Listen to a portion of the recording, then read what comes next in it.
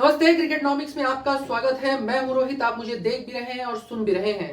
भारतीय टीम ने कल साउथ अफ्रीका को हराकर जो सीरीज थी उसमें 1-1 की बराबरी कर ली और अपना रिकॉर्ड बरकरार रखा ना हारने का साउथ अफ्रीका में। तो इस तरह से भारतीय टीम का जो टी20 में एक वर्चस्व है 5 सालों से, वो बरकरार है साउथ अफ्रीका में, और टी20 में बादशाहत भी एक तरह से बरकरार है। भारतीय टीम सबसे इंपॉर्टेंट बात यह रही कि सूर्य कुमार यादव, कुलदीप यादव, ये दोनों ही यानी यादव जी जो है, इन्होंने भारतीय टीम के लिए जीत की नींव रखी। मैथ्यू हेडन इससे पहले जो वनडे में भाई सूर्य कुमार यादव नहीं चले तो उन्होंने काफी बातें की, सूर्य कुमार ये, सूर्य कुमार वो। भैया तुम अब देख लो कि वो किस तरह से खेल रहे हैं। तो और मैथ्यू हेडन को अपने खुद के रिकॉर्ड पे देखना चाहिए कि उन्होंने वनडे में परफॉर्मेंस कैसा किया था और टी20 में कैसा किया था। वनडे में उनका परफॉर्मेंस जरूर अच्छा रहा था, लेकिन टी20 में मैथ्यू हेडन का बहुत अच्छा परफॉर्मेंस नहीं बोल सकते।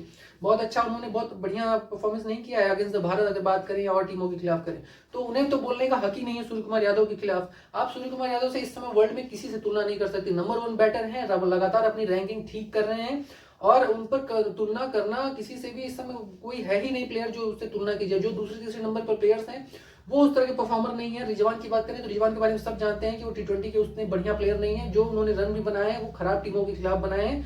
तो कुल मिला के आप सूर्य कुमार यादव से तुलना किसी की नहीं कर सकते। तो मैं और कुलदीप यादव ने जिस तरह से अंतिम में समेटा, वो ये बात दर्शाती है कि कुलदीप यादव थोड़ी देर के लिए आउट ऑफ फॉर्म जा सकते हैं, लेकिन बार बार नहीं जा सकते। जो उन्होंने वर्ल्ड कप में भी, वनडे के भी परफॉर्मेंस अच्छा किया था, वो परफॉर्मेंस उन्होंने टी20 में भी डिलीवर करके दिखाया। सबसे इंपॉर्टेंट बात ये रही कि जिस तरह से भारतीय क्रिकेट टीम की बल्लेबाजी कर रही है उसमें सूर्य कुमार यादव और यशस्वी जायसवाल पे कल बहुत इससे पहले सवाल उठ रहे थे। दो तीन मैचों में जिस तरह से वो खेले, मैं बार बार कह रहा था, लेकिन वो टैलेंटेड है और एक मैनिपुलेटेड प्लेयर वो अपने आप को बना के रखते हैं। तो वो ये दर्शाता है कि उनका कमिटमेंट क्या है, जिस तरह से कम एज में वो खेल रहे हैं और जो परफॉर्मेंस है, जो डिटर्मिनेशन है टेस्ट, वनडे, टी20 में, वो दिखाता है कि सूर्य कुमार यादव और यशस्वी जायसवाल की जो जोड़ी है वो कहीं ना कहीं यशस्वी जायसवाल ने अपने आप को एक तरह से ढालने की भी कोशिश की है इस मैच में खुद को।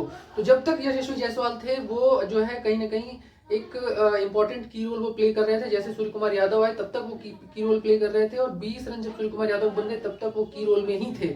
जैसे ही 20-22 के बाद सूर्य कुमार यादव ने अपने एक्सलरेट करना शुरू किया, उसके बाद वो तेज खेले और उसके बाद तो छक्कों की बरसात शुरू हो गई। कोई भी साउथ अफ्रीकन बॉलर उनके आगे खड़ा नहीं हो पाया, चाहे वो महाराज हो, महाराज जिन्होंने शुरू के 2 विकेट लिए, उसके बाद केशव महाराज की बात कर रहा हूँ, उसके बाद फास्टर बॉलर्स की बात कर लीजिए, अब किसी की भी कोई भी बॉलर्स उनके आगे नहीं टिक पाए। सबसे इंपॉर्टेंट ये रही कि भारतीय टीम जो है वो कंसिस्ट होकर वो बीच के जो ओवर होते हैं उसमें वो खेली, और उसके 50 रन के बाद भी जो पहला पावर प्ले था उसमें 60 रन बनाए।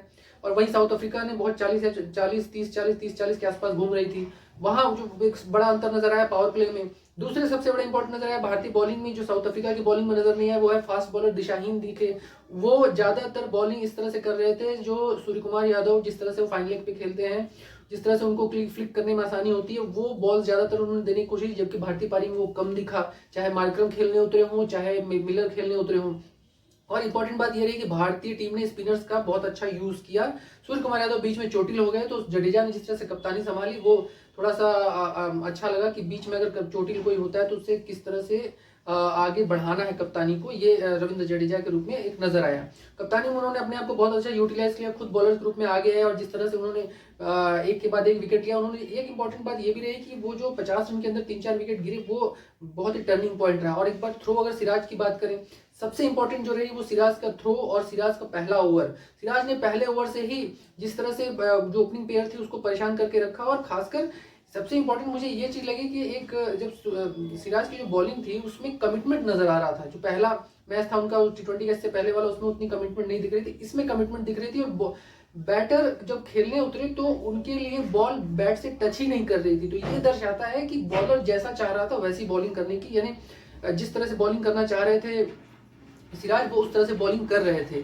अगर देखिए आप, उनकी 8वीं बॉल पे जाके चौका एक लगा और वो 8वीं बॉल पे रन मिले, ये दर्शाता है कि वो अपने हिसाब से बॉलिंग के लय में थे। और यही चीज अर्शदीप में थी। अर्शदीप ने भी जिस तरह से फील्डिंग अपनी सजा कर रखी थी, ठीक उसी तरह से उन्होंने आउट भी है। कार्लसन की बात कर लीजिए, कार्लसन जिस तरह से आउट हुए, उसके बाद मार्करम आउट हुए, मिलर आउट हुए अंतिम बॉल पे, जिस तरह से कुलदीप यादव के, उससे पहले ओपनिंग प्लेयर्स में जो बॉलर्स में जिस तरह से भारतीय टीम ने जैसा चाहा वैसा उस तरह से वो आउट हुए और एक यूनिट के रूप में नजर आई। फील्डिंग भी अच्छी नजर आई भारतीय टीम की। तो कुल मिला के भारतीय टीम के लिए एक अच्छा सुखद दौरा रहा, और जो कमियां रही वो ये कि फास्टर बॉलर्स का नियमित प्रदर्शन न करना जो दो मैचों में दिखा, तो उस कमियों को इस मैच में उन्होंने दूर किया।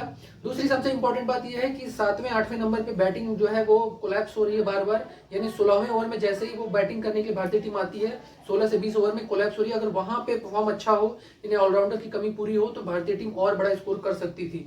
तो मैंने पिछले वीडियो में भी बताया कि भारतीय टीम की कमजोरी उभर के 2 चीजें आई हैं। पहला, भारतीय टीम की बॉलिंग जो है वो रन ज्यादा दे रही थी शुरू में, जो ओपनिंग बॉलिंग स्ट्राइकर बॉलर्स थे उसको उन्होंने इस मैच में सुधार जरूर किया है। दूसरा, ये जो बार बार 16 से 20 ओवर के बीच में रन कम बन रहे हैं भारतीय टीम के, वो कमी के रूप में सामने आई है, जो कल भी दिखा, जो जल्दी जल्दी विकेट गिरे, चाहे किसी तरह से भी गिरे हो, चाहे रन आउट हुए, जडेजा हुए हैं, उसके बाद जिस तरह से और 2-3 विकेट बैक टू बैक गिरे, तो वो मुझे लगता है कि उस चीज को अगर सुधार लेगी भारतीय टीम तो एक बड़ा इंप्रूवमेंट नजर आएगा। ऑलराउंडर्स की कमी बार बार खल रही थी, मुझे लगता है कि कहीं ना कहीं ऑलराउंडर्स की कमी जब पूरी होगी तभी जाके भारतीय टीम संपूर्ण नजर आएगी। कल मुझे लगा शायद श्रेयस अय्यर खेलेंगे, लेकिन श्रेयस अय्यर नहीं खेले, न ईशान किशन खेले, और यशस्वी जायसवाल के लिए एक अच्छा मौका था कि वो जस्टिफाई करें। उन्होंने जस्टिफाई करके दिखाया कि वो एक बड़े प्लेयर हैं, थोड़ा उन्हें टाइम चाहिए होता है, और 2-3 मैच में इस तरह की चीजें हो सकती है कि वो परफॉर्मेंस में थोड़ी प्रॉब्लम हो। लेकिन शुभमन गिल एक बहुत बड़ा सवाल अभी भी बने हुए हैं। शुभमन गिल का परफॉर्मेंस लगातार अच्छा रहा है, पूरे साल अच्छा उन्होंने प्रदर्शन किया, लेकिन जिस तरह से परफॉर्मेंस वो अभी T20 में कर रहे हैं हाल के, वो थोड़ा सा मुझे लगता है कि डिटर्मिनेशन नहीं दिख रही, उनकी बॉडी लैंग्वेज बहुत ही डल नजर आ रही थी, उस तरह से नहीं दिख रहे थे। शायद हो सकता है कि वनडे क्रिकेट अभी वर्ल्ड कप का खेल के आए इसलिए ऐसा हो, थोड़ा टाइम चाहिए, लेकिन 2 मैच खेल चुके हैं और परफॉर्मेंस नजर उस तरह की नहीं नजर आई जिस तरह से नजर आनी चाहिए। इसीलिए मैं बार बार कह रहा था कि सूर्य कुमार यादव जो है वो अपनी ओपनिंग पेयर पर किस तरह का विश्वास दिखाते हैं, ये बड़ा इंपॉर्टेंट होगा। मेरी कल नजर थी कि शायद ईशान किशन नजर आए जितेश शर्मा की जगह, लेकिन जितेश शर्मा भी कल खेले, ईशान किशन नहीं खेले, तो जितेश शर्मा का परफॉर्मेंस मुझे बहुत ज्यादा, मतलब आप यूं कह सकते हैं कि उसने एक तरह से एक्सपेक्टेशन के हिसाब से नहीं था जिस तरह से वो आउट हुए। मैं वही 16 ओवर 20 ओवर की बात कर रहा हूँ, 16 से 20 ओवर में जिस तरह से आउट हुए, तो जितेश शर्मा की बैटिंग और रविंद्र जडेजा की बैटिंग उस हिसाब से नजर नहीं आई जो 16 से 20 ओवर के बीच में होनी चाहिए। रिंकू सिंह की बात करें तो रिंकू सिंह कल जल्दी आउट हो गए, लेकिन मुझे लगता है कि वो एक अच्छे परफॉर्मर हैं, और जिस तरह से उनको ज्यादा टाइम मिलता है तो अच्छा परफॉर्म करते हैं, उन्होंने पिछले मैच में दिखाया।